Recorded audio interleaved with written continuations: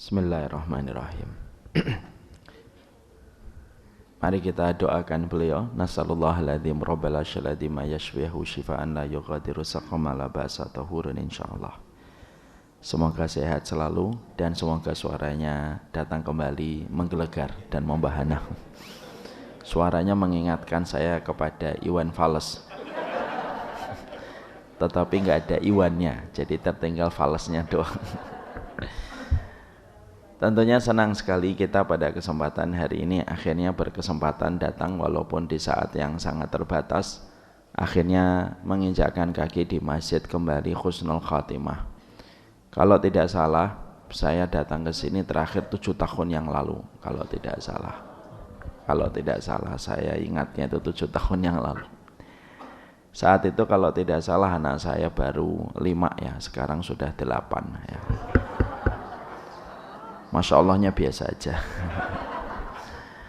Dan Alhamdulillah pada kesempatan hari ini akhirnya berjumpa. Dari kemarin-kemarin kita nyari waktu agak sulit dan agak susah, tapi akhirnya pada kesempatan hari ini di saat yang sangat terbatas akhirnya bisa menyapa kepada semuanya. Tentunya di antara jamaah-jamaah yang dulu terakhir kita bersamai di majelis ilmu, mungkin sebagian 1 dan 2 telah berpulang. Tapi semoga sebagaimana masjidnya, ini kan Masjid Husnul Khatimah ya, maka semoga jamaah-jamaah yang telah berpulang mendapatkan Husnul Khatimah. Mari kita mulai sharing kita dan perenungan kita pada kesempatan hari ini. Doakan kami selalu dalam kondisi yang ikhlas, karena setiap kata yang tidak didasarkan dengan keikhlasan tidak akan sampai kepada hati. Assalamualaikum warahmatullahi wabarakatuh. Innal hamdalillah wassalatu wassalamu ala Rasulillah wa ala alihi wa sahbihi wa man tabi'ahum bi ihsan ila yaumil qiyamah. Kepada seluruh keluarga besar Masjid Husnul Khatimah, yang semoga Allah senantiasa memberikan kepada kita berbagai macam pertolongan di dalam perjalanan hidup kita. Karena sesungguhnya iman yang kita memiliki pilar, dan semoga kita mendapatkan 3 pilar di dalam kehidupan iman kita. Tentunya sebagaimana masjid ini memiliki pilar dan memiliki tiang, iman itu memiliki pilar dan tiang. Kita tentunya berharap betul semoga Allah memberikan kepada kita pilar dan tiang dalam iman kita, supaya mengokohkan perjalanan kita menuju kepada Allah. 3 pilar yang disebut sebagai tiangnya iman kita kepada Allah. Yang pertama tentunya ilmu, karena sesungguhnya tidak mungkin kita mendapatkan surga tanpa ilmu. Surga itu identik dengan ilmu sebagaimana ikan identik dengan airnya. Kita tidak mungkin bermodal dengan kebaikan, bermodal dengan akhlak semata, tetapi kita tidak memiliki ilmu. Inilah yang menjadikan kita senantiasa memohon betul kepada Allah. Semoga Allah senantiasa memberikan petunjuk yang menjadi pelita di dalam kehidupan, sehingga kehidupan kita tidak terbentur dengan banyak masalah. Kenapa kehidupan kita berbenturan dengan banyak masalah? Karena biasanya kita tidak memiliki ilmu, blind spotnya terlalu banyak, sehingga kita tidak tahu apa yang harus kita lakukan dan bagaimana menyelamatkan diri. Inilah yang menjadikan kita senantiasa memohon kepada Allah semoga kita diberikan ilmu. Sembari tentunya kita menghormati perbedaan-perbedaan yang ada di antara ranahnya para ulama. Janganlah kita sampai terkena satu penyakit ketika kita berusaha untuk mencari ilmu, yaitu adalah ketika kita mudah untuk mengkafirkan, mudah pula untuk menyesatkan. Umat hari ini sudah terlalu pekat dengan perbedaan, dan setiap kita membuka sosial media, selalu yang hangat adalah narasi pertikaian dan perbedaan. Oleh karenanya kita tentunya memohon supaya kita diberikan ilmu oleh Allah, lapang hatinya, lapang dadanya, ketika kita juga mendapati segala macam perbedaan yang ada di antara tubuhnya umat Rasulullah SAW. Yang kedua, kita tentunya memohon supaya kita mendapatkan keikhlasan, supaya setiap ilmu yang kita peroleh bukan alat untuk menyombongkan diri, tetapi kita betul-betul mendapatkan ilmu itu menjadikan kita merendah dan menjadikan hati kita membumi. Kita harus ingat, yang bisa menjadikan orang sombong itu bukan hanya harta, ilmu itu terkadang menjadikan seseorang cepat sombong daripada sombongnya orang ketika memiliki harta. Makanya Wahab bin Munabih mengatakan inna lil ilmi tuqyan kama anna lil mali tuqyan. Sesungguhnya orang yang punya ilmu itu lebih cepat bisa menjadi sombong sebagaimana orang yang punya harta bisa menjadi sombong. Maka itulah yang menjadikan kita memohon kepada Allah, semoga kita diberikan keikhlasan di dalam perjalanan hidup kita, supaya setiap ilmu yang kita peroleh bukan alat dan membenarkan diri untuk menenggelamkan dan membenamkan orang lain. Semoga kita senantiasa diberikan keikhlasan. Yang ketiga yang menjadi pilar dalam ilmu itu adalah semoga kita mendapatkan kesabaran. Karena sesungguhnya kesabaran itu merupakan puncak dari setiap pilar dan setiap tiang dalam kehidupan iman. Allah menutup surat Al-Asr dengan firman-Nya yang begitu indah. Wa tawasau bil haqqi wa tawasau bis sabr. Ditutup dengan kata kesabaran setelah Allah menyebutkan kata kebenaran. Kenapa kata kebenaran disebutkan lebih dulu dan closing-nya itu ada pada kalimat kesabaran? Karena belum tentu yang benar itu mereka memiliki kesabaran. Ada orang memiliki ilmu, ada orang yang memiliki keikhlasan, tapi belum tentu dia bersabar. Makanya Imam Syafi'i mengatakan, kenapa Allah itu meletakkan sabar itu lebih tinggi daripada kebenaran?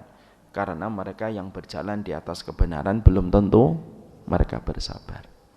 Maka janganlah kita kehilangan arti kesabaran di dalam perjalanan hidup kita. Allah tidak mewajibkan kita sampai di ujung jalan kebenaran, tapi Allah mewajibkan kita meninggal di atas kebenaran. Makanya janganlah kita kalah kualitas sabar kita dibandingkan orang yang bermaksiat. Karena banyak orang yang bermaksiat itu mereka bersabar, kata Ibnu Jauzi. Kalaulah orang yang bermaksiat aja sabar, orang yang beriman dan beriman pula kepada hari akhir harusnya lebih bersabar daripada mereka yang bermaksiat. Maling itu kalau tidak sabar, dia nggak akan bisa menjadi maling profesional. Maka dia pasti bersabar. Biasanya maling itu kalau akan menetapkan target, dia putar keliling di rumah yang akan dia targetkan untuk dimaling. Biasanya anak buahnya sudah mulai resah. Kapan bos kita malingnya? Nah, ketua gengnya berkata, sabar gitu ya. Maka disitulah Imam Ibnu Jauzi itu mengatakan kepada kita, kalaulah orang yang bermaksiat itu aja sabar, maka sesungguhnya orang yang berjalan di atas kebenaran itu bersabar.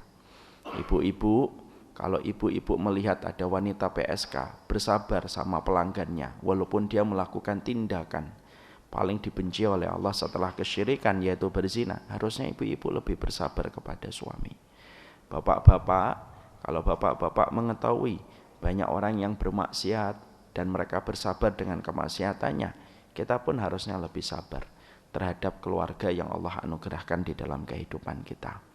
Semoga kita mendapatkan ilmu, semoga kita mendapatkan keikhlasan dan mendapatkan kesabaran. Alhamdulillah, tentunya senantiasa kita bersyukur kepada Allah atas setiap nikmat yang Allah berikan pada kehidupan kita. Syukur itu tidak menjanjikan kuantitas, tetapi syukur itu pasti memberikan kepada kita kualitas dalam kehidupan.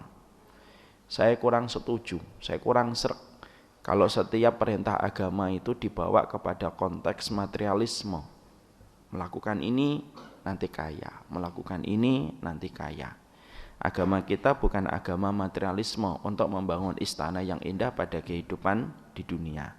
Agama kita adalah agama yang bertumpu kepada keimanan pada negeri akhirat. Makanya syukur itu tidak menjanjikan kuantitas, tetapi pastinya syukur itu memberikan kepada kita kualitas. Orang yang punya sepeda ketika bersyukur belum tentu dia bisa beli motor.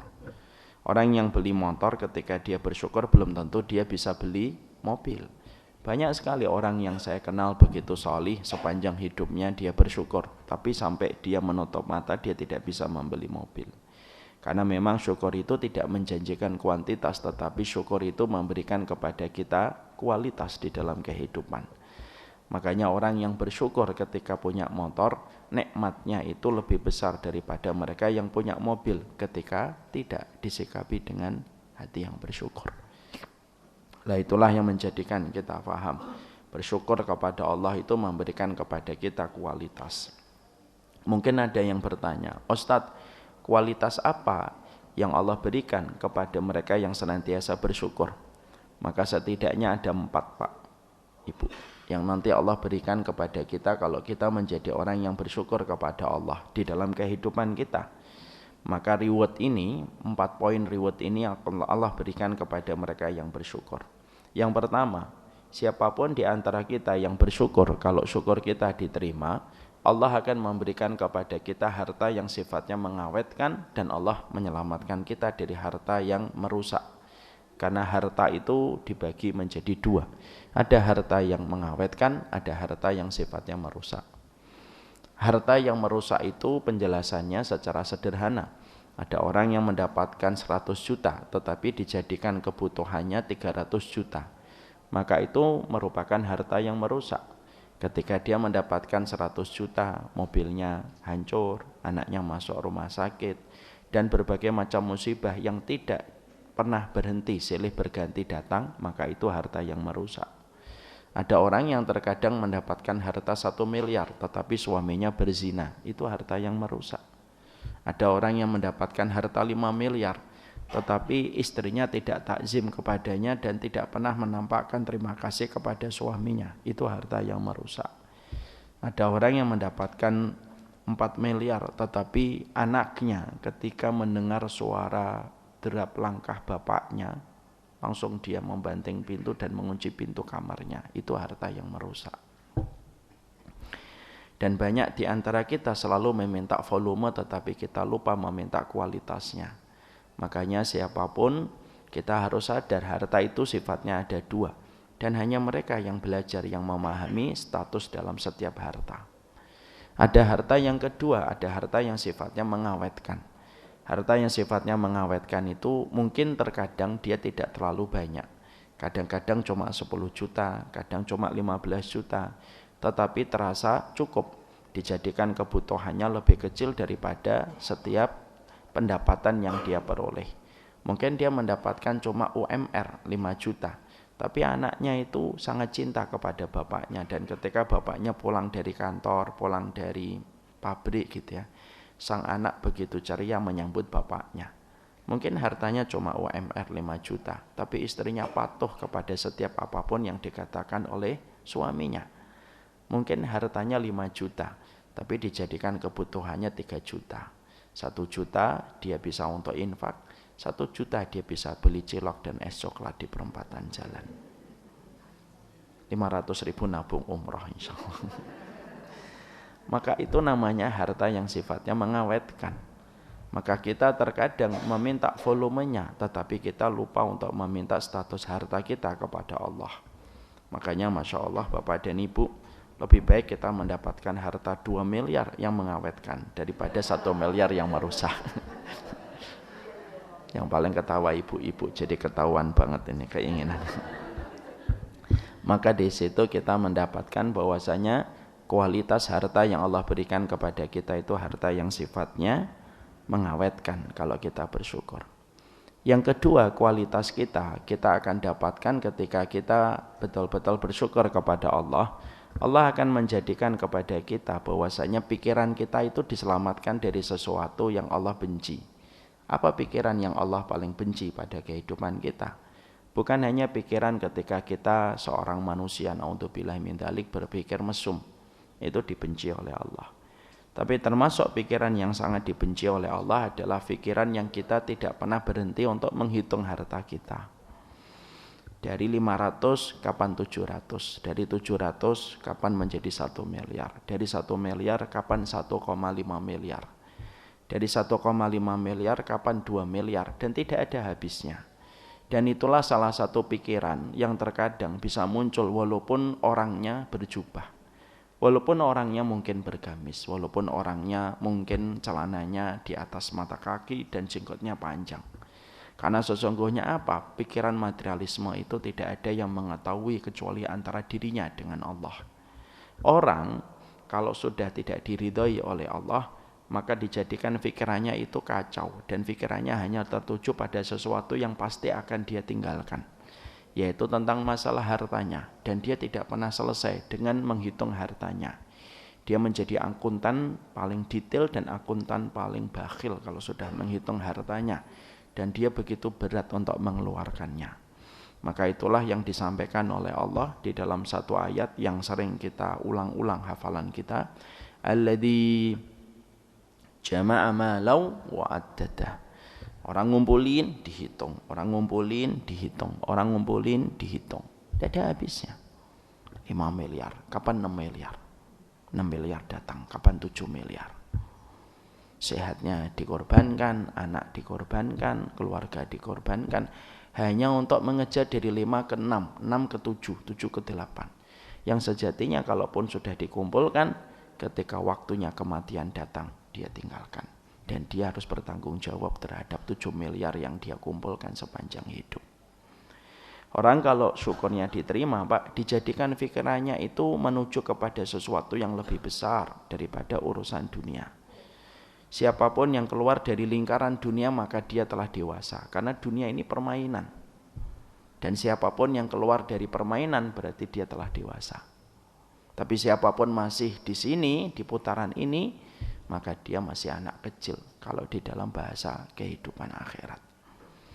Maka yang kedua, orang kalau mereka sudah bersyukur kepada Allah, Allah akan jadikan kepadanya bagaimana pikiran dia tidak selalu menghitung dan tidak selalu mengumpulkan.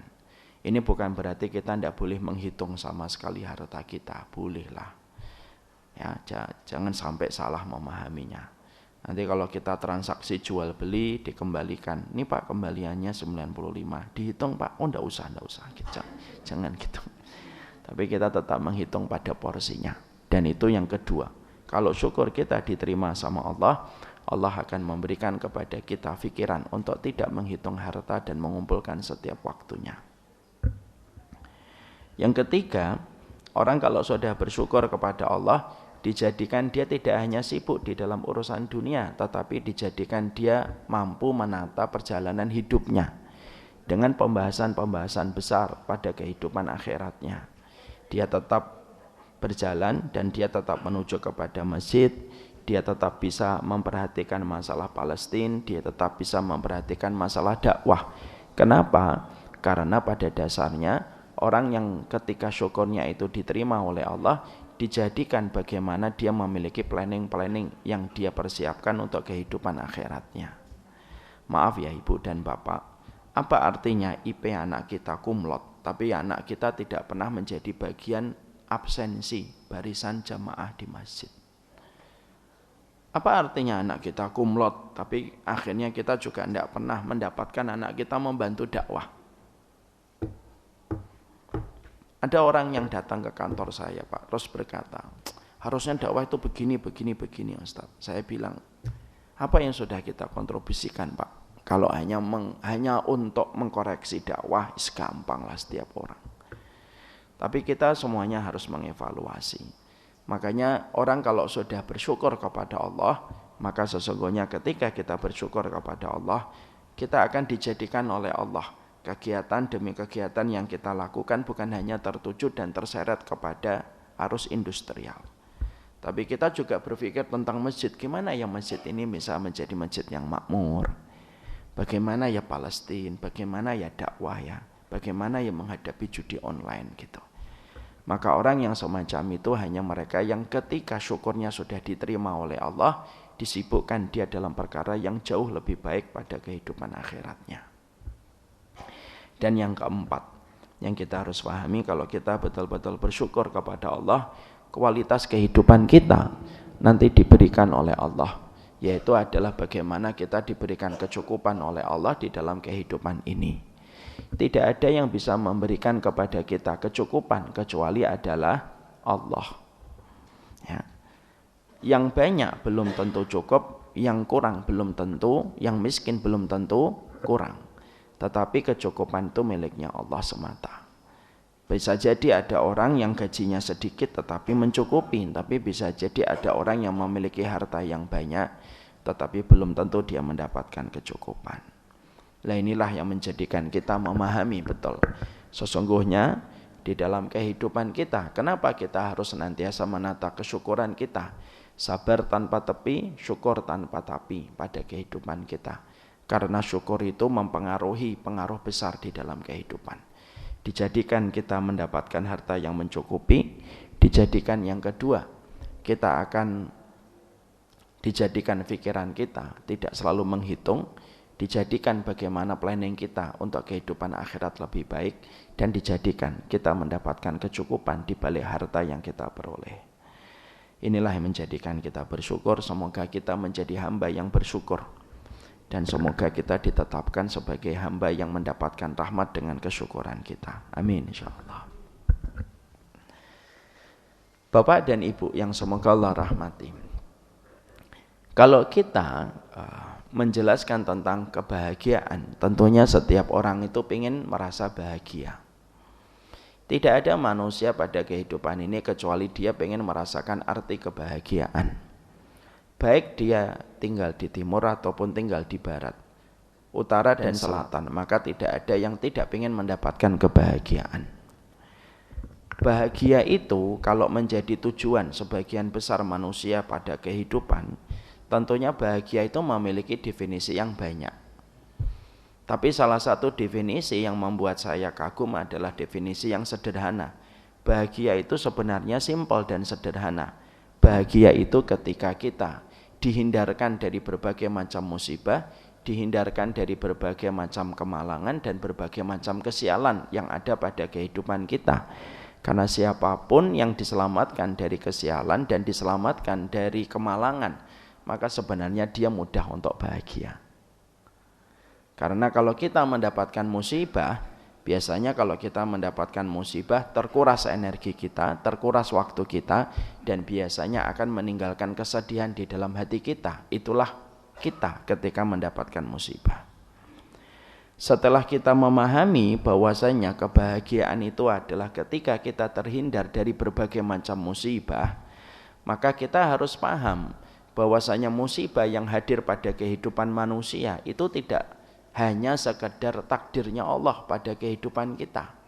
Memang betul, musibah, kesialan, kemalangan yang ada pada kehidupan kita itu merupakan bagian dari takdirnya Allah. Tapi juga kita harus belajar untuk mengetahui, tidaklah musibah itu menimpa kepada kita dan tidaklah satu kemalangan terjadi pada kehidupan kita, kecuali bukan karena Allah yang jahat kepada kita, tetapi karena kitalah yang membuat satu dosa dan membuat satu pola kemaksiatan yang tanpa kita sadari atau kita sadari, pola dosa kita dan pola maksiat kita itu menjadikan kita mendapatkan musibah. Dan ini yang terkadang sering kita lalaikan dan sering kita lupakan. Ada satu ayat yang membuka kepada kita sebuah pemahaman dan membuka dan memberi kepada kita pencerahan, yaitu ketika Allah itu berfirman pada surat Asy-Syura, surat ke-42, ayat yang ke-30. Allah itu menyampaikan kepada kita, wa ma asabakum mim musibatin fabima kasabat aydikum wa ya'fu an katsir. Allah itu menyampaikan kepada kita, wa ma asabakum mim musibatin, apapun musibah yang menimpa kepada dirimu, maka musibah itu disebabkan karena ulah kedua tanganmu sendiri. Dan Allah menutup ayat tersebut dengan closing yang sangat indah, wa ya'fu an katsir. Dan sebagian besar dari kesalahanmu itu tidak selamanya mendatangkan musibah. Sebagian besar dari maksiatmu itu dimaafkan sama Allah. Disitulah akhirnya kita harus mengerti bahwasanya kalau ada musibah pada kehidupan kita, siapapun itu, kita tidak boleh terlalu prematur untuk langsung mengatakan ini adalah ujian dari Allah, tetapi kita tidak mengevaluasi.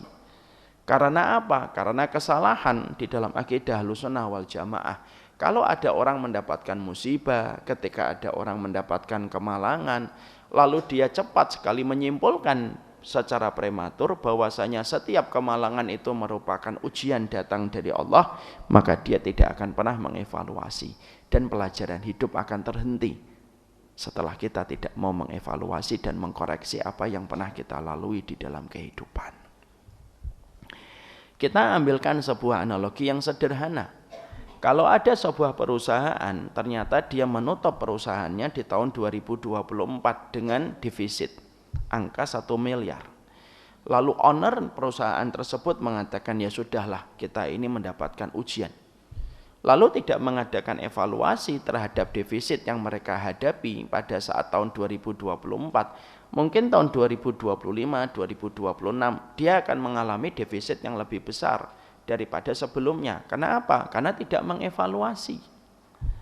Dan akhirnya tidak pernah mengkoreksi dan tidak tahu bahwasanya defisit yang ada pada perusahaannya itu disebabkan banyak kebocoran data dan banyak kebocoran dana dari salah satu komponen di perusahaan itu. Hanya karena dia tidak mau mengevaluasi, maka akhirnya terjadinya banyak perkara, sehingga akhirnya mendapatkan perusahaan itu mengalami defisit. Itulah analogi yang sederhana. Kehidupan kita kalau tiba-tiba mendapatkan defisit, mendapatkan kerugian, ataupun mendapatkan musibah yang menimpa pada kehidupan kita, kita harus paham bahwasanya Allah lalu menerangkan kepada kita setiap musibah, dan Allah menyebutkan dalam bentuk nakirah, artinya mencakup apapun musibah, kesulitan, kemalangan, kesialan yang kamu dapatkan dalam kehidupan, itu lebih disebabkan karena ulah kedua tanganmu sendiri. Dan itu menjadikan kita harus mengevaluasi apa sih perkara yang bisa menyebabkan kesulitan demi kesulitan yang ada pada kehidupan kita, supaya kita tidak buru-buru untuk mengangkat posisi kita sebagai orang yang diuji oleh Allah, tetapi sebenarnya banyak kesalahan yang pernah kita lakukan di waktu masa lampau.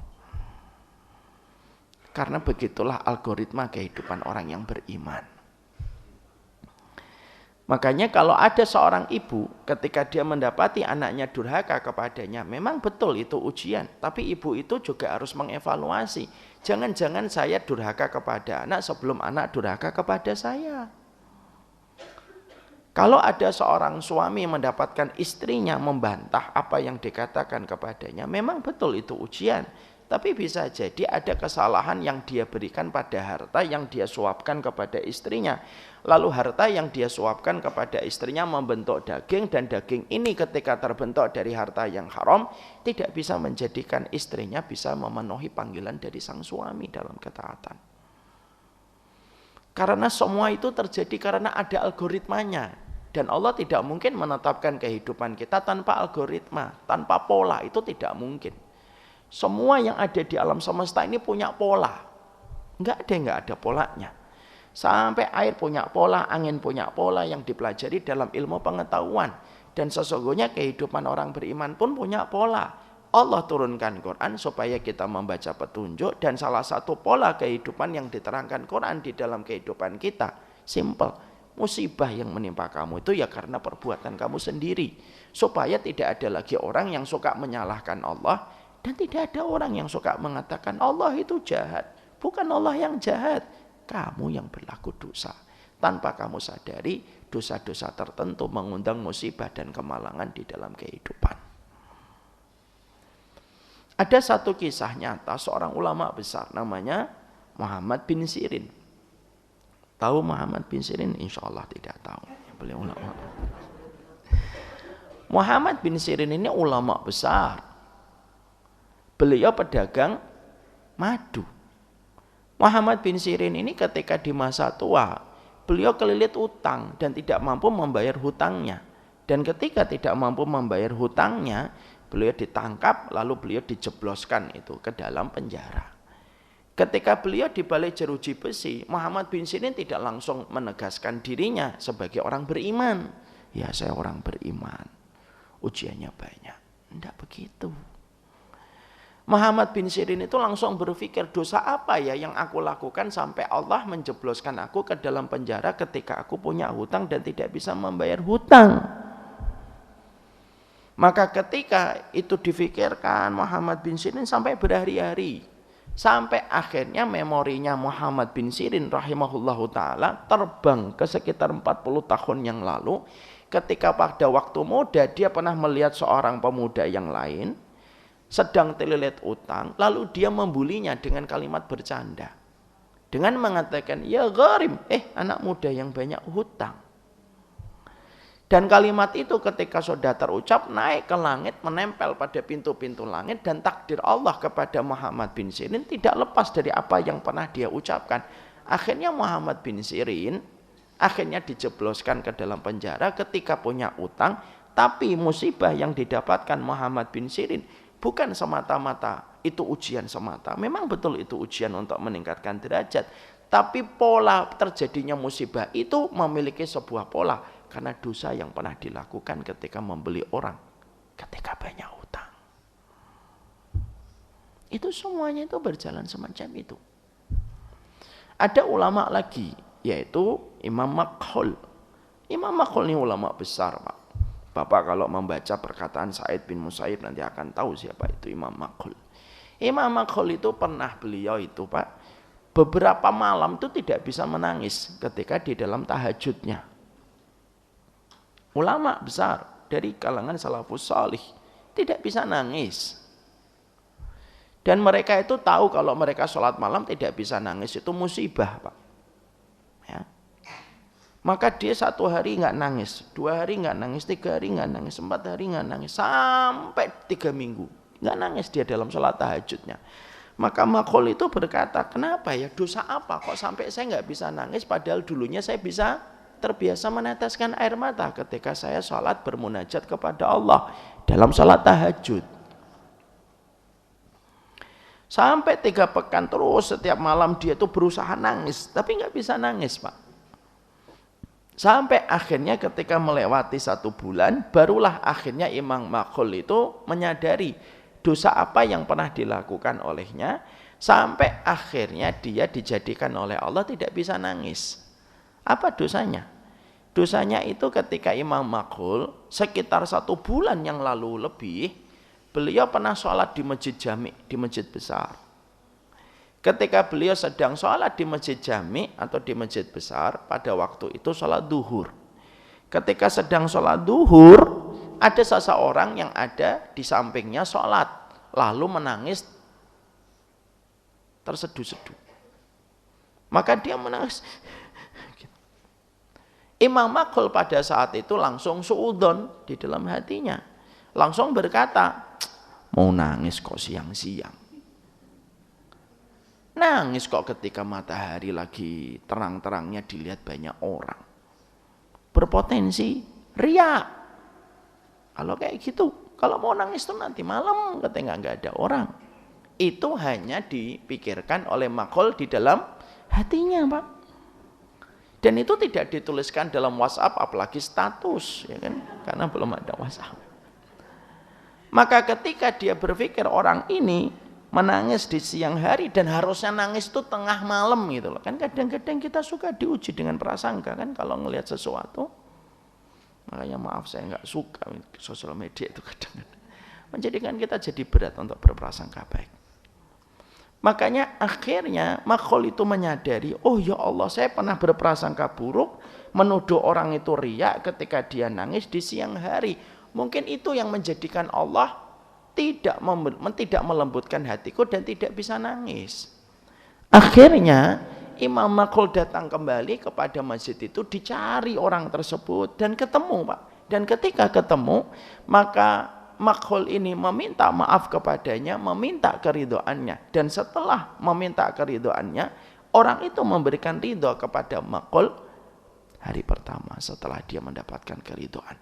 Tumpah kembali air mata yang ada pada matanya Makhul pada malam harinya.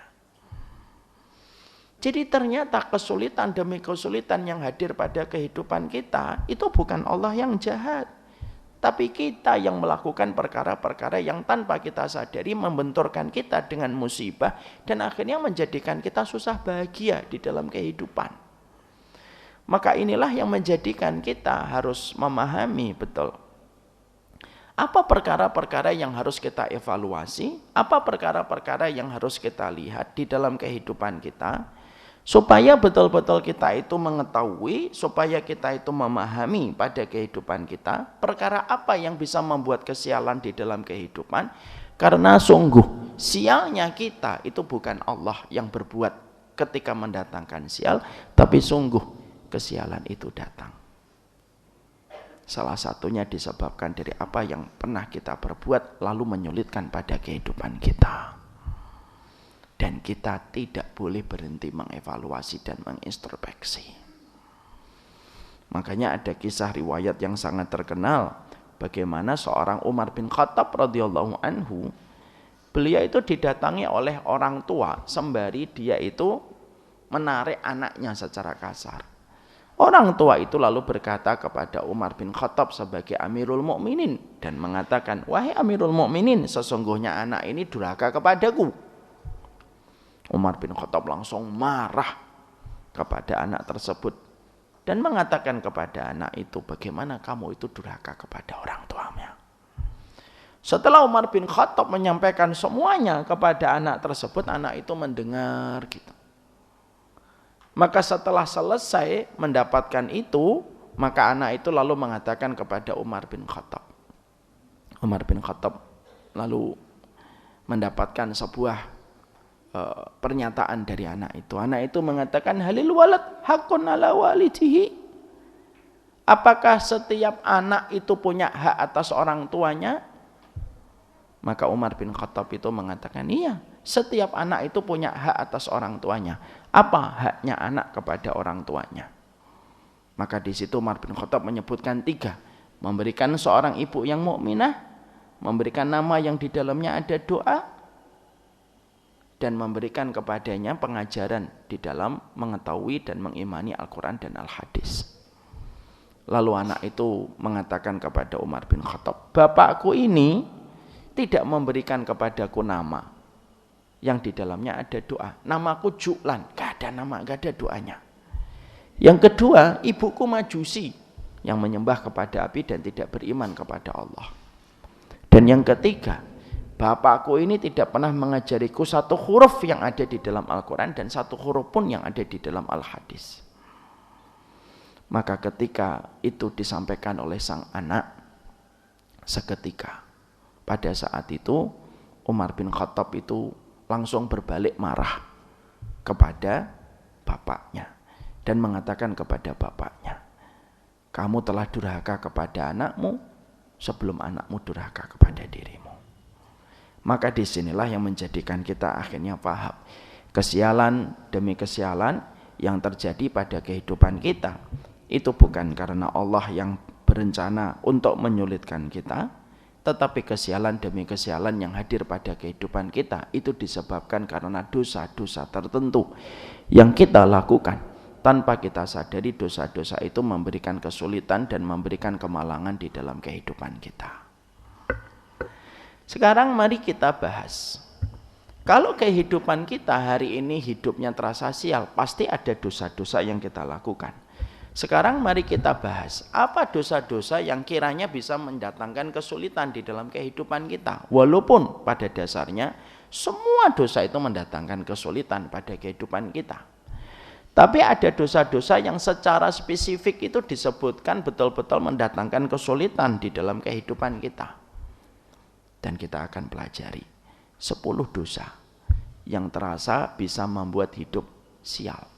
10 dosa yang membuat kemalangan di dalam kehidupan, dan 10 dosa yang membuat kesulitan yang hadir pada teras kehidupan kita. Mari kita bahas satu persatu. Para ulama lalu menerangkan apa saja dosa-dosa yang bisa mendatangkan kesulitan di dalam kehidupan kita. Maka yang disampaikan oleh para ulama, yang pertama yaitu ketika kita mendolimi saudara kita dan menggoreskan luka pada saudara kita.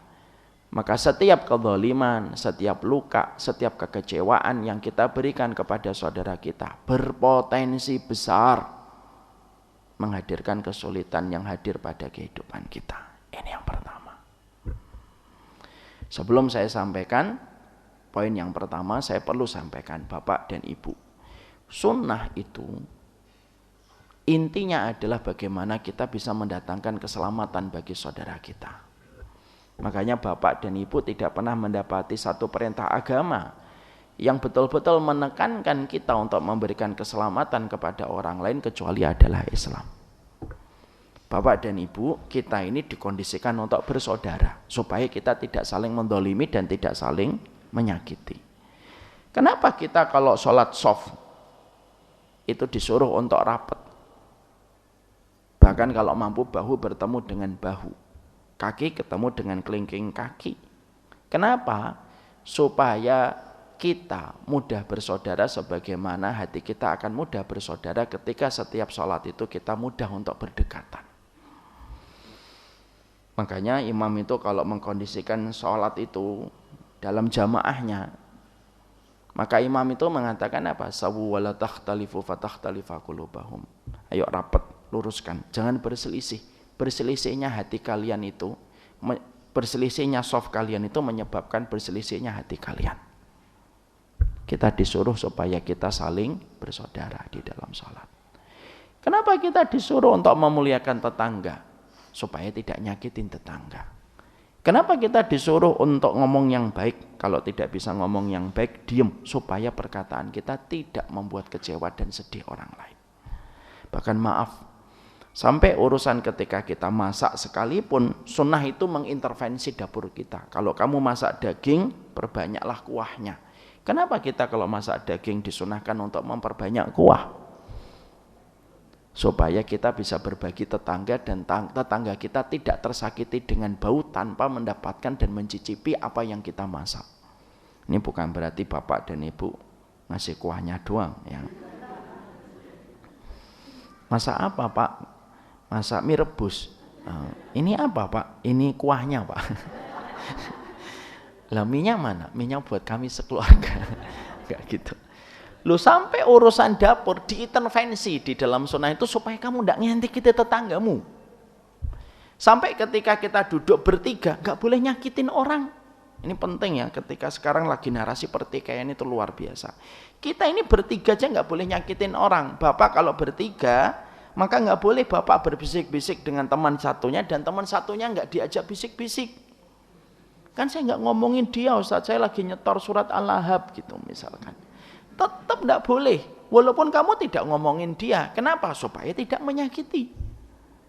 Sampai urusan ketika kita bertamu diatur. Kalau saya bertamu ke rumahnya ibu, ke rumahnya bapak, bersama teman saya, lalu bapak dan ibu menyajikan menu di depan di depan saya di kamar tamu, maka saya tidak boleh mengambil makanan itu langsung dua. Misalkan disuguhkan itu bakwan gitu atau tahu, yang di sini nggak ada bakwannya dan tidak ada tahunya gitu. Tahu saya hidup sehat kelihatannya. Maka saya tidak boleh itu makan tahu itu langsung dua. Kenapa? Nabi tidak memperbolehkan kita ngambil makanan itu langsung dua. Nanti teman kita tersakiti lah. Tahunya 3 dia ngambil 2 tinggal 1 gitu. Loh, sampai sedetail itu urusan kita ketika kita bertamu. Kenapa sunnah sampai ngurusin perkara-perkara kecil dalam kehidupan ini? Bukan hanya ngurusin bagaimana sholat kamu yang sunnah, bagaimana umrah kamu yang sunnah. Loh, sampai ngurusin kamu bertamu pun diatur di dalam sunnah. Kenapa? Supaya tidak nyakitin orang. Makanya sampai mengetok pintu pun kita tidak boleh. Kalau mengetok pintu di dalam kitab Al-Adab Al-Mawsu'ah Al-Murattabah ala hurufil hijaiyah, kita tidak boleh mengetok pintu itu langsung di depan pintu tuh tidak boleh. Tidak boleh kita langsung mengetok pintu tuh di depan pintu tuh tidak boleh. Kenapa? Nanti khawatirnya ketika pintu dibuka langsung kelihatan dalam. Dan sebagian orang tidak nyaman ketika rumahnya dilihat sama orang lain. Karena sebagian orang itu menetapkan bahwasanya rumah itu adalah aurat. Lah terus gimana kalau kita mengetok pintu? Kita agak serong ke kanan, kita agak serong ke kiri, kita mengetok pintu. Ketika dibuka, krek gitu, kita tidak langsung kelihatan. Makanya maaf ya kalau kita ngetok pintu, ternyata ketika kita mengetok pintu, terus dia tidak segera menyambutnya, jangan dilihatin dari jendela. Mana? Ini ngaji nggak sih orang kayak gini? Lalu beralasan, loh ini sandalnya 6 masih ada semua. Itu haknya dia mau membuka atau tidak. Maaf ya Bapak Ibu, kalau kita bertamu lalu orang yang punya rumah tidak ingin membukakan pintu, dia nggak dosa. Karena itu haknya dia. Mungkin di dalam lagi ada pertempuran yang tidak ingin diganggu. Jadi ternyata di situ kita mendapati sampai urusan ketika kita bertamu pun kita tidak boleh nyakitin orang. Makanya kenapa orang yang berzina itu tidak boleh diputuskan orang itu berzina kecuali dengan 4 orang. Supaya tidak gampang nyakitin orang dan menuduh orang itu berzina. Padahal kalau kita pikir Pak, nuduh orang berzina, 4 orang saksi, susah atau gampang? Susah. Satu lagi ngeliatin gitu, langsung WhatsApp dia ke teman-temannya. Ayo bro, cepetan gitu. Yang 3 mau datang, tiba-tiba yang 1 mengundurkan diri. Enggak jadi 3 orang itu. Padahal ketika kita menetapkan akan puasa, cukup 1 orang. Saya misalkan lewat itu di Cakung gitu. Terus saya ngelihat hilal di akhir bulan Sya'ban gitu. Lalu saya ketemu Pak Menteri Agama Nasaruddin Umar. Lalu saya berkata, Pak Nasir, ya saya tadi lewat Cakung ngelihat hilal. Kesaksian 1 orang sudah cukup untuk ditetapkan besok untuk puasa. Kenapa masalah ini saya sampaikan secara detail kepada Bapak dan Ibu? Agama ini dan sunnah ini itu simpel.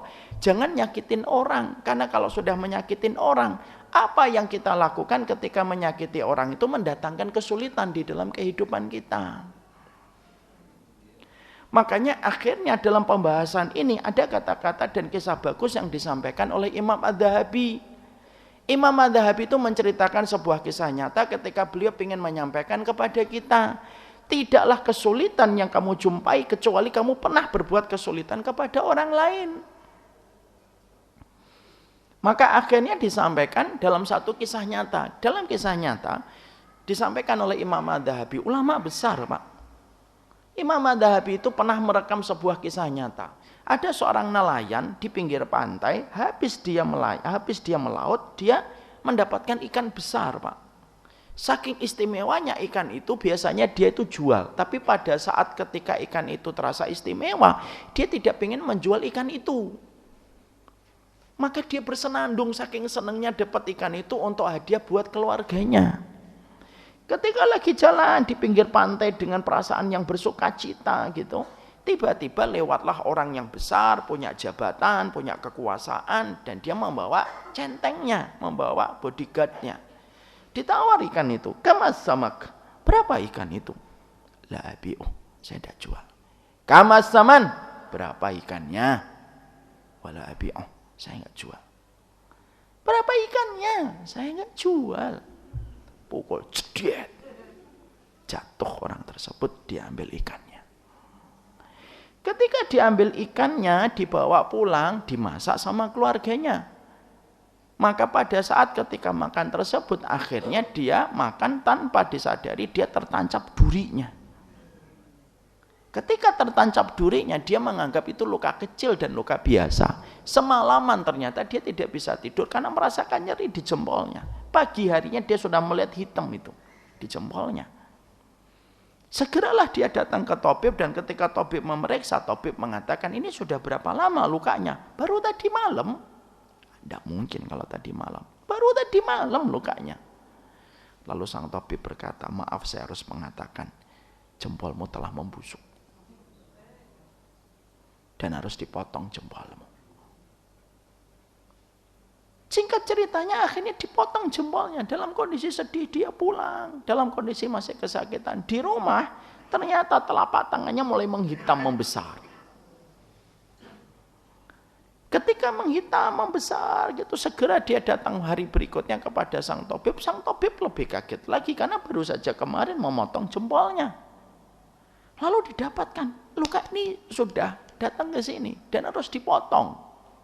Kalau tidak dipotong merambat ke yang lainnya.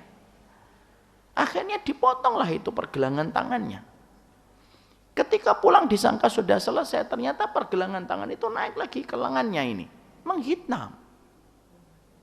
Sang tabib mengatakan, ini kasus yang belum pernah aku saksikan sepanjang aku praktek membuka ketabiban. Lalu lengannya itu menjadi hitam dan dipotong itu sampai sikunya. Ketika dipotong sampai sikunya, lalu sudah menghitam ke pangkalnya. Dan ketika dia bolak-balik, ada seorang ulama yang melihat dia, yang menjadi tetangga sang tabib, melihat dia bolak-balik ke tempat sang tabib itu. Lalu akhirnya ulama itu menegurnya ketika dia habis dipotong lengannya ini. Lalu ulama itu berkata, kamu kenapa setiap aku menjumpai dirimu datang ke tempat tabib, selalu ada bagian tanganmu yang terpotong? Lalu dia berkata, iya saya makan satu malam ikan, lalu tertusuk dengan duri, dan lalu merambat sampai sekarang. Ulama Pak punya firasat dan punya farasah yang kuat. Ulama itu berkata, min aina dzalika sama? Ikannya dari mana? Loh apa? Kenapa harus ikannya? Kenapa dengan ikannya? Ikannya dari mana? Ikannya dari nelayan. Bagaimana kamu membelinya? Nah, barulah dia tersadar. Oh, aku tidak membeli. Aku mendapatkannya. Bagaimana kamu mendapatkannya? Aku mendapatkannya dengan mendoliminya dan berbuat kekerasan kepadanya. Lalu ulama ini berkata, Imam Adz-Dzahabi tidak menyebutkan nama ulama ini. Lalu dia berkata, datangi nelayan itu, minta ridhonya. Sebelum kamu nanti berakhir dengan kematian, kalau kamu tidak segera minta keridhoannya. Karena yang mengatakan ulama, beliau ketakutan Pak. Datanglah dia ke pantai itu, nyari nelayan itu satu persatu, diliatin orangnya gitu. Dan akhirnya ketahuan nelayan tersebut, dan ketika kedapatan nelayan itu ditabrak sama dia dan minta maaf. Dan mengatakan kepadanya, aku minta maaf. Nelayan itu sudah lupa. Nelayan itu sudah lupa, kata Imam Adz-Dzahabi. Nelayan itu tuh nggak tahu kamu ini siapa, kok tiba-tiba datang meminta maaf kepadaku. Lalu dia berkata, apakah kamu tidak ingat satu waktu kamu membawa ikan besar, aku tawar ikan itu, kamu tidak memberikannya. Lalu aku pukul dirimu dan terjatuh, lalu aku ambil ikanmu. Ikan itu mengatakan, oh iya, aku ingat. Tapi yang memukulku bukan kamu. Yang memukulku itu punya dua tangan dan tidak buntung sebagaimana tanganmu. Lalu diceritakanlah kisah yang terjadi dan menimpa kepadanya. Setelah diceritakan kisahnya, dilihatin itu orang tersebut. Loh iya saya ingat kamu yang memang betul mengambil ikanku. Ya Allah, aku tidak tahu kalau itu yang akan kamu dapatkan. Aku ridhoi, aku maafkan. Dan kita sudah dalam kondisi tidak ada kedzaliman. Orang ini langsung senang dan bergembira. Tapi sebelum berpisah, orang ini lalu berkata, apa yang kamu katakan sama Allah ketika aku mengambil ikanmu sampai sedemikian besarnya hukumannya aku rasakan? Maka nelayan ini berkata, saya setelah kamu pukul dan aku sedih, lalu aku melihat kejauhan kamu membawa ikanku, aku berdoa, Allahumma hada abduka taqawwa alayya ala dha'fi biquwwatihi wa akhadha minni mimma razaqtani fa arini qudrataka. Ini doanya enggak usah dihafal ya habis ini ya. Karena doanya ini doa kedzaliman. Apa itu artinya? Allahumma hada abduka taqawwa alayya bidha'fi ala quwwatihi. Ya Allah, ini hambamu ada sok jagoan kepadaku di atas kelemahanku. Wa akhadha minni mimma razaqtani, dan mengambil apa yang engkau rezekikan kepadaku. Fa'arini qudrataka, tunjukkanlah kuasamu. Ini biasanya kalau di sinetron langsung ada halilintarnya, jedier gitu. Fa'arini qudrataka, tunjukkanlah ya Allah kuasamu gitu. Dan ternyata itulah yang Allah berikan kepadanya. Dan akhirnya dia meratapi apa yang dia ratapi ketika sudah tidak bisa untuk diperbaiki. Tapi Imam Adz-Dzahabi dalam kisah itu lalu menyampaikan kepada kita, kedzaliman itu kayak bandul. Sekuat apapun kamu lemparkan, maka sekuat itu pula yang kamu akan peroleh. Orang yang kita dzalimi bisa jadi sudah lupa, tapi Allah tidak pernah lupa terhadap kedzaliman. Perkara yang paling Allah benci itu kedzaliman, ketika kejahatan manusia kepada manusia. Makanya Allah menyampaikan di dalam hadis qudsi, inni haramtu dzulma ala nafsi wa ja'altuhu muharraman bainakum fala tadzalamu. Makanya ada hadis qudsi ketika Allah berfirman langsung, sesungguhnya aku haramkan kedzaliman atas kedzaliman kepada diriku, dan aku haramkan kedzaliman itu terjadi kepada kalian. fala tadzalamu, janganlah kalian saling menzalimi. Makanya akhirnya disitulah kita akhirnya mengerti betul. Jangan sampai dalam kehidupan ilmu yang kita pelajari dan kehidupan sunnah yang kita ikuti itu menjadikan kita menzalimin orang. Bukan berarti ketika kita membaca kitab kita menzalimin orang. Bukan berarti ketika kita memahami ilmu menjadikan kita menyakitin orang. Dan ingat betul apa yang kita lakukan dan apa yang pasti kita kerjakan itu akan datang sesuai dengan apa yang kita perbuat. Kalaulah sosial media memiliki algoritma, kalau Bapak membuka entertain, maka seluruh timeline-nya yang datang itu entertain. Kalau kita membuka olahraga, timeline-nya kita penuh dengan olahraga. Dan ibu-ibu ketika membuka tentang infotainment dan kisah perceraian para artis, maka yang datang itu tentang itu semuanya.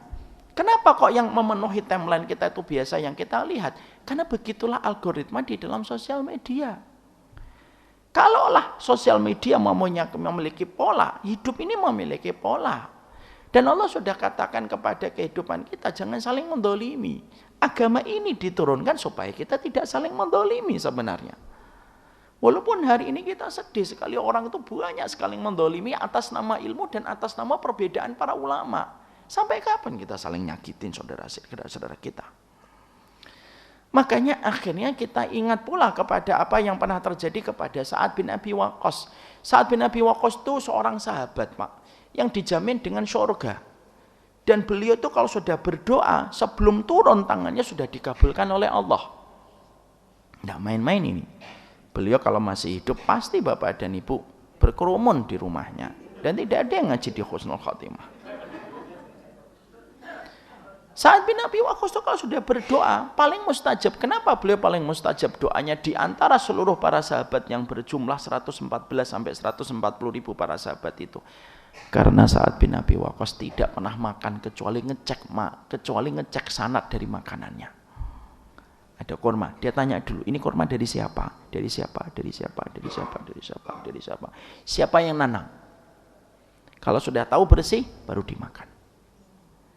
Makanya doanya mustajab. Pernah beliau mendapati ada seorang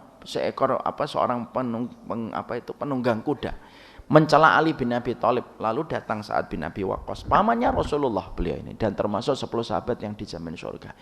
Beliau menasihati itu orang yang naik kuda tersebut, jangan mencela Ali. Saya tahu Ali. Kalaupun kamu tidak cocok sama Ali, tidak apa-apa, tapi jangan cela Ali. Gitu. Enggak, Ali begini, Ali begini, Ali begini. Lalu beliau berdoa. Belum turun tangannya, kuda tersebut tiba-tiba melompat-lompat dan orang tersebut terlempar. Karena doanya Sa'ad bin Abi Waqqas. Tapi Sa'ad bin Abi Waqqas, beliau pernah difitnah. Ya, beliau pernah difitnah oleh seseorang yang bernama Usamah bin Qatadah. Apa fitnahnya? Beliau difitnah tidak becus, beliau difitnah tidak pandai dan lain sebagainya. Lalu Sa'ad bin Abi Waqqas ketika beliau difitnah, dijatuhkan kehormatannya, dilanggar kehormatan dirinya dan pride-nya sebagai seorang mukmin, maka seorang Sa'ad bin Abi Waqqas pada saat itu berdoa. Beliau berdoa dan mengangkat tangannya dan mengatakan kepada Allah, ya Allah, Usamah bin Qatadah ini memfitnah saya. Kalau dia benar, koreksi saya. Tapi kalau dia memfitnah hanya untuk mendapatkan sesuatu selain dari wajah-Mu, ya Allah, berikan kepadanya 3 perkara. Untuk mengganti kejahatan yang dia lakukan kepadaku ketika aku tidak pernah berbuat jahat kepadanya. Berikan dia 3. Yang pertama, atil umrohu. Yang kedua, atil faqrohu. Yang ketiga, wa'arid hulil fitan qabla mautihi. Kasih dia 3 ya Allah. Kalau dia memang memfitnahku gara-gara urusan yang sepele, kasih dia 3. 1, panjangkan umurnya. 2, panjangkan itu fakirnya. 3, berikan dia fitnah sebelum dia mati. Dan ternyata Usamah bin Qatadah 3-tiganya dia dapatkan dari doanya orang yang terzalimi. Usamah bin Qatadah panjang umurnya sampai melewati 90 tahun. Sampai alisnya nyambung kepada jambang dan kepada jenggotnya.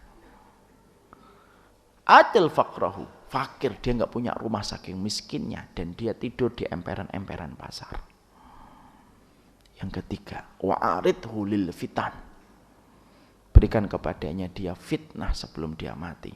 Usamah bin Qatadah itu kesukaannya itu nggodain perempuan dengan tangannya, Pak, nyolek-nyolek. Ketika orang itu mengingatkan Usamah bin Qatadah, Usamah, kamu sudah tua, malu. Iya, aku gak bisa menahan tanganku. Dan ini aku dapatkan karena doanya saat yang pernah aku dolimi. Dan itu menjadikan akhirnya kita semakin paham.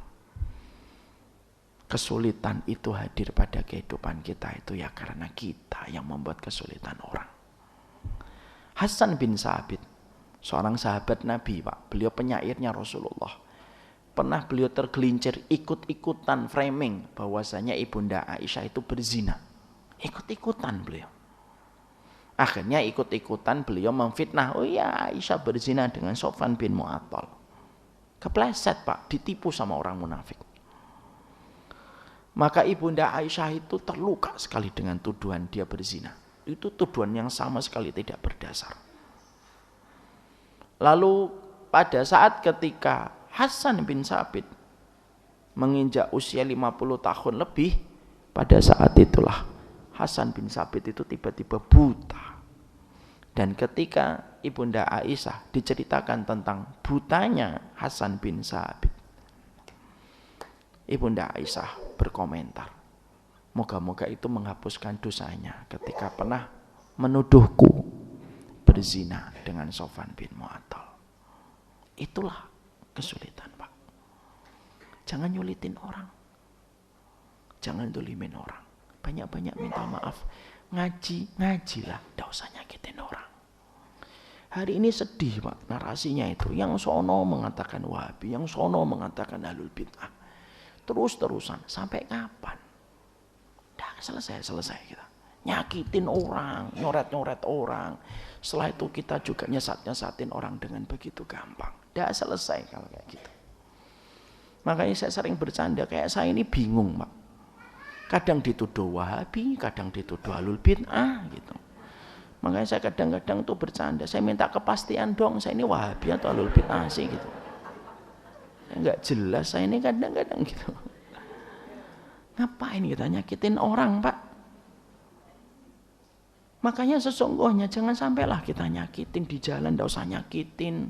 Karena apa? Semua yang nanti akan kita peroleh di masa mendatang itu akibat dari apa yang pasti kita perbuat.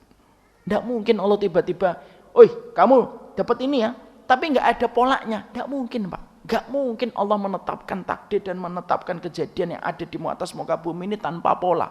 Itu tidak mungkin terjadi. Makanya ketika kita mendapatkan dalam surat Al-Isra ayat yang ke-7, in ahsantum li anfusikum wa in asatum falaha.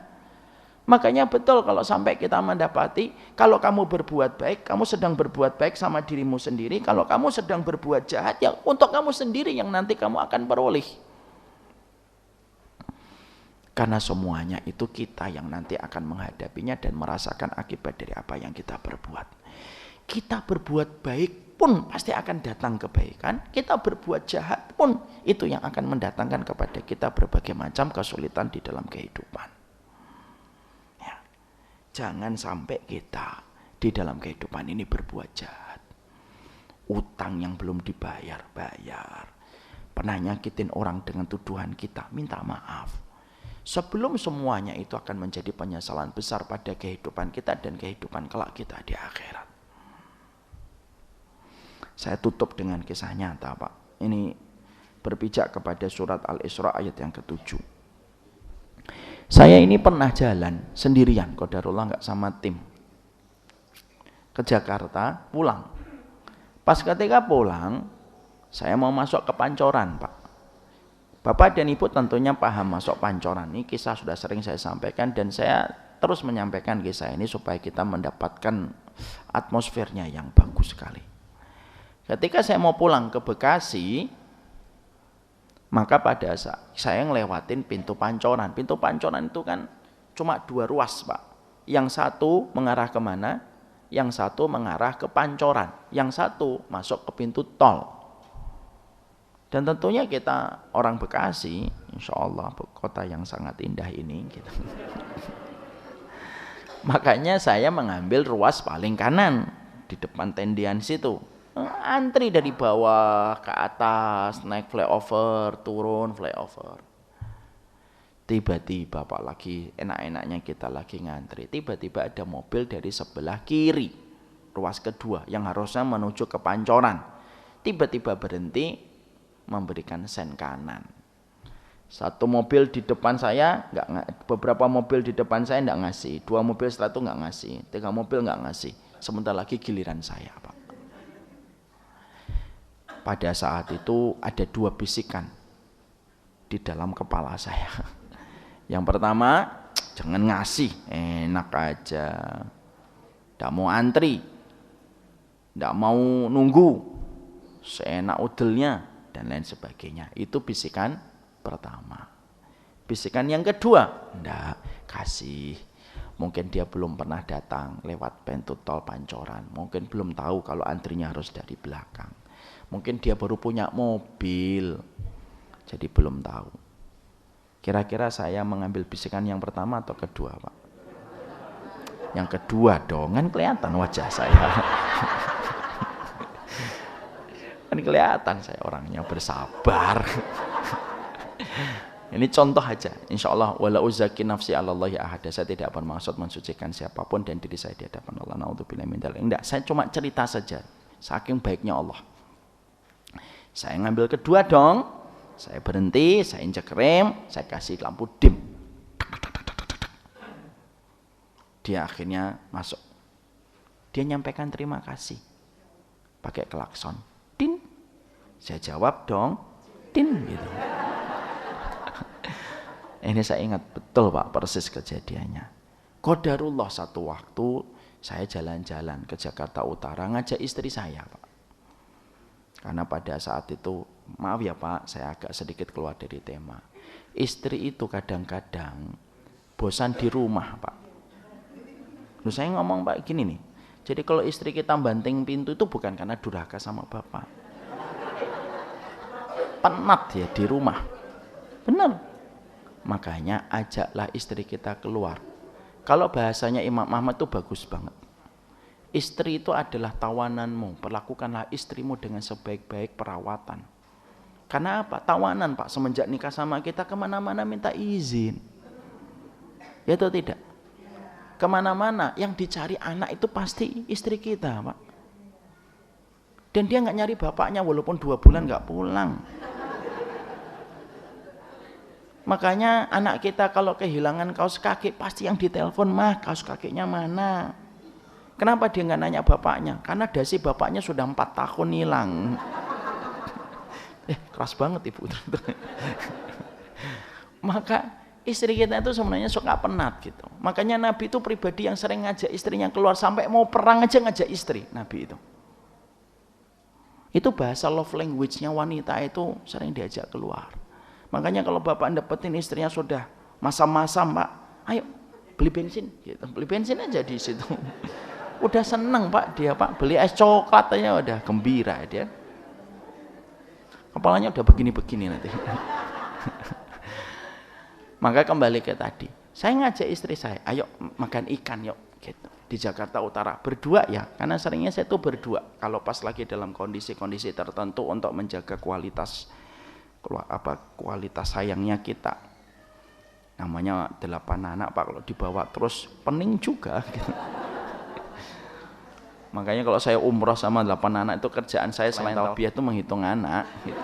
Labbaik Allahumma labbaik 1 2 3. Maka saya ngajak istri saya keluar ke Jakarta Utara. Qadarullah sudah makan, handphone istri saya sudah berdering-dering terus. Ya, Mbak Khadimah yang di rumah itu sudah nelpon, dipinjam sama anak-anak kami. Alhamdulillah anak saya 8 enggak ada yang pakai handphone. Jadi pakai Khadimah itu nelpon terus. Ibu kapan pulang? Ibu pulang gitu. Akhirnya kan saya buru-buru. Lah Jakarta Utara itu bukan daerah jajahan saya, Pak. Jadi saya nggak ngerti, saya cuma mengandalkan map doang. Ada satu pintu tol yang saya tidak sadar itu persis kayak di Pancoran. Ternyata antrinya itu dari sebelah kanan. Lah qadarullah saya tuh nyantai aja sebelah kiri gitu.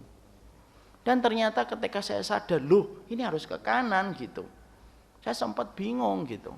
Kalau saya U-turn ke depan, muter lagi balik, nambah 30 sampai 40 menit. Ya mau enggak mau saya ketika sudah mendapati istri saya ditelepon terus, saya bilang ke istri saya, sudahlah kita ngeblong sini. Istri saya ngomong, jangan udah masuk aja muter. Jangan nanti anak-anak tambah kacau gitu. Udah ngeblong aja di sini, minta belas kasih salah satu di antara mereka. Istri saya sudah nggak mau, Pak. Saya nggak mau gitu, tutupin wajahnya. Saya bilang kan kamu pakai cadar, nggak usah tutupin. Saya bilang. Istri saya pakai cadar. Lalu akhirnya saya pas ketika ngeblong nggak dikasih, Pak. Satu mobil ngelakson saya, twin gitu ya. Udah saya diam aja. Ya saya tahu saya salah. Saya nggak merasa langsung balas twin, nggak juga. Saya nggak emosional. 2 mobil, 3 mobil, 4 mobil, nggak ngasih, Pak. Sudahlah saya ngomong, udahlah kita U-turn aja di depan. Ketika saya mau ngeklik itu, tiba-tiba ada mobil putih, Pak. Saya nggak tahu, Pak. Mobil Bapak ada yang putih mungkin. Ada mobil putih, Pak. Masya Allah itu tiba-tiba nggak, ketika saya mau bilikkan setir itu, tiba-tiba dia ngasih saya lampu dim, tek gitu. Lah, saya kaget. Ya, terus akhirnya dia ngerem, Pak. Ya udah saya pelan-pelan masuk ke kanan kayak kucing lagi ngambil ikan loh, pelan-pelan gitu. Saya akhirnya ngambil ke kanan tek gitu, dan memang diizinkan sama dia. Saking senangnya saya akhirnya menyampaikan terima kasih ya lewat klakson, tin gitu. Loh, dijawab itu yang di belakang itu, tin gitu. Polanya sama persis yang saya dapatkan di Pancoran. Langsung saya sama istri saya langsung ngomong, apa ayat yang paling relevan dengan petunjuk kita kepada kita hari ini? Surat Al-Isra ayat yang ke-7, surat Ar-Rahman ayat 60. Saya bilang kepada istri saya. Saya tidak bilang letak posisi ayatnya di mana ya saya. Karena saya tidak tahu. Lalu saya mengatakan asantum li anfusikum, dan saya mengatakan surat Ar-Rahman ayat 60, hal jazaul ihsan illal ihsan. Istri saya langsung tanya, kenapa Bi? Karena Abi pernah dapetin kejadian kayak gini persis di depan Pancoran gitu. Dan itu terjadi beberapa bulan yang lalu. Makanya disitulah saya akhirnya paham, hal jazaul ihsan illal ihsan. Surat Ar-Rahman 60. Tidaklah perbuatan ihsanmu kecuali mendatangkan ihsan juga. Berarti mafhumul mukhalafahnya, pemahaman terbaliknya, keburukanmu itu mendatangkan keburukan. Maka itulah yang menjadikan akhirnya kita mengerti pada poin yang pertama, kemalangan demi kemalangan yang terjadi pada kehidupan kita itu bukan Allah yang jahat, kita yang tidak mau ngikutin aturan. Padahal dalam kehidupan ini sudah Allah tetapkan polanya, tinggal ngikutin pola, membaca petunjuk. Petunjuk itu membentuk pola.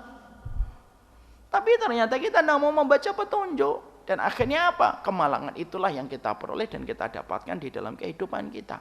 Kalau ada orang yang pernah mukul kita, berarti kita pernah mukul orang. Kalau pernah kita merusak perempuan orang, mungkin bisa jadi anak kita pun akan mendapatkan akibatnya. Karena itu semua terjadi itu selalu ada polanya. Maaf ya Pak, sampai zina pun itu juga memiliki pola. Nanti akan kita terangkan, karena salah satu sebab kesialan itu zina. Makanya salah satu yang pernah saya ceritakan, ada kisah nyata di daerah Syam. Ada seorang ulama, ada seorang majikan, baca tulisannya Imam Syafi'i itu gemeter dia. Baca di kitab. Apa tulisan dari Imam Syafi'i? Az-zina dainun wa qadauhu fi ahlihi. Zina itu utang, cara membayar utang zina itu akan dibayarkan lewat keturunannya. Ketika baca itu gemeter dia, Pak. Itu perkataan Imam Syafi'i. Dipanggil itu budaknya, sini budak, ya. Noni tolong ya temenin anakku mutar-mutar di kampung ini, kamu temenin, jangan diapa-apain. Kalau ada orang pingin usil kepada anakku, biarkan selama tidak mengancam nyawa anakku. Tapi kalau sudah mengancam nyawa anakku, baru kamu tahan. Maka pada saat itu budaknya mengatakan, Bapak yakin ancammu sakit? Yakin Bapak kayak gitu? Iya. Saya membiarkan orang iseng sama anaknya Bapak kalau ada, iya. Selama tidak mengancam nyawa, iya. Bapak yakin perintahnya gini? Iya yakin. Lalu anak putrinya dipanggil. Putrinya itu cantik, Pak. Dipanggil dan disuruh sama abiknya, kamu jalan-jalannya, nak. Bener, Bi, iya jalan-jalan aja, tapi ditemenin ini ya. Ditemenin, Pak, jalan-jalan. Dan setiap pemuda yang melihat paras dari putrinya itu terpesona, saking parasnya yang begitu cantik. Tidak ada yang berani untuk iseng kepada anak itu. Sampai ketika sudah mau dekat balik lagi ke rumah, tiba-tiba ada pemuda yang juga sama, kesemsem ketika melihat putrinya dengan paras cantiknya itu. Tidak kuat menahan perasaan, ditabrak perempuan itu, dicium, Pak. Langsung dia kabur. Budaknya itu langsung mau ngejar, tapi ingat dari pesan sang majikan itu tidak jadi ngejar. Setelah pulang ke rumah, perhatikan, ini dialognya itu ada di ilmunya itu ada dialognya ini. Maka majikan itu tanya, apa yang terjadi sama putriku? Tidak ada yang terjadi, semua orang terpesona dengan putrimu. Tapi tidak ada yang berbuat iseng dan jahat, kecuali satu orang. Ada satu orang dekat sini, tiba-tiba nabrak putrimu dan menciumnya. Majikannya lalu tanya, di sebelah pipi mana? Anakku dicium. Di sebelah kanan. Lalu sang majikan berkata, aku hari ini membayar hutangku. Aku tidak pernah merusak perempuan orang sepanjang hidupku sampai aku nikah. Kecuali sekali aku pernah terpesona dengan perempuan dan aku pernah mencium pipinya sebelah kanan. Dan anaknya pun mendapatkan ciuman sebelah kanan. Kisah nyata ini semakin meneguhkan kepada kita. Kenapa Allah suruh kita berbuat baik? Supaya hidupmu mudah. Kenapa Allah suruh berbuat akhlak yang baik, nggak usah nyakitin, nggak usah gampang-gampang memusuhi orang muslim, supaya hidupmu gampang.